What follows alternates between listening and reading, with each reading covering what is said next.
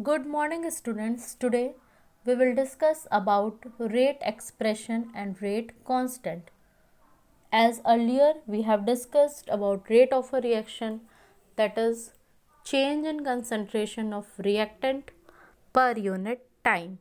So now suppose for a general reaction where AA plus BB gives CC and DD. Here small a, B, C and D indicates the stoichiometric coefficient and capital A, B, C, D are the reacting molecules. So for this type of reaction we write rate is directly proportional to A to the power x and B to the power y.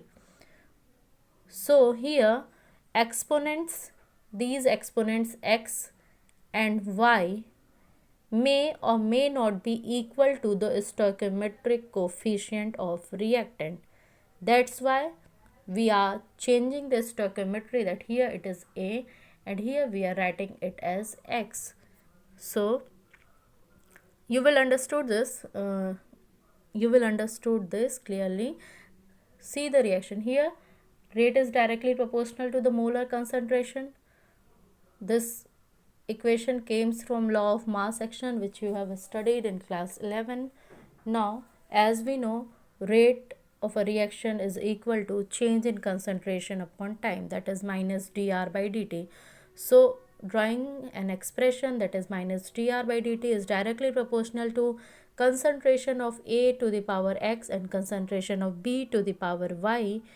Now this equation becomes here minus dr by dt is equal to k A to the power x and B to the power y. So what is happening here? There comes a proportionality constant, that is k. So here k is a proportionality constant. This is called the rate constant and this equation is called rate law expression. Remember this because in this way you have to express the reactions.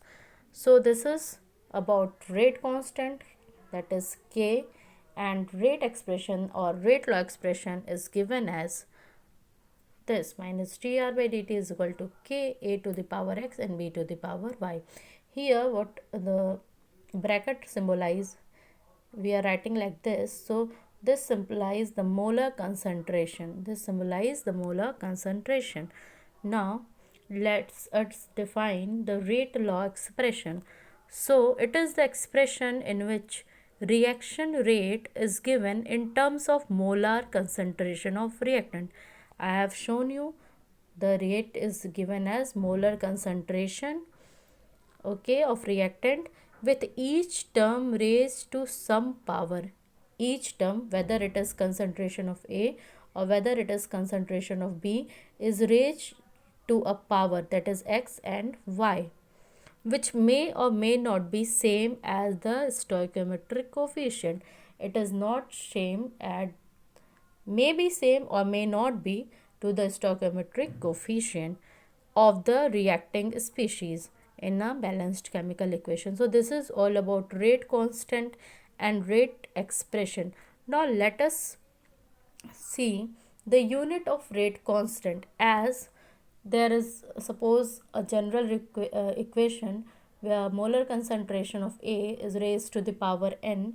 So for this, rate is equal to k A to the power n, and we have to identify the rate constant, that is k, its unit. So its unit is equal to rate upon molar concentration of A to the power n, and as rate is equal to concentration upon time, and A to the power n, that is molar concentration of A to the power n, is written in the form 1 upon concentration to the power n.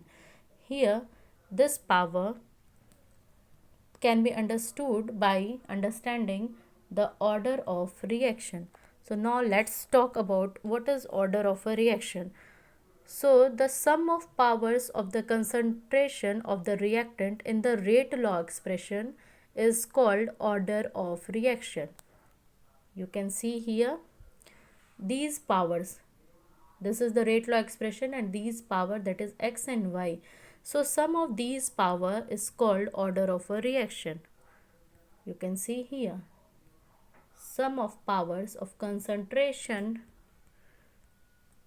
of reactant in rate law expression is called order of reaction. It gives relationship between rate and molar concentration. Suppose there is a rate law equation. Rate is equal to Ka to the power x and b to the power y. So x plus y gives the overall order of reaction.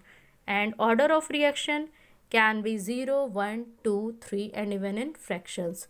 Its value is determined by experiments. Its value is determined by experiments.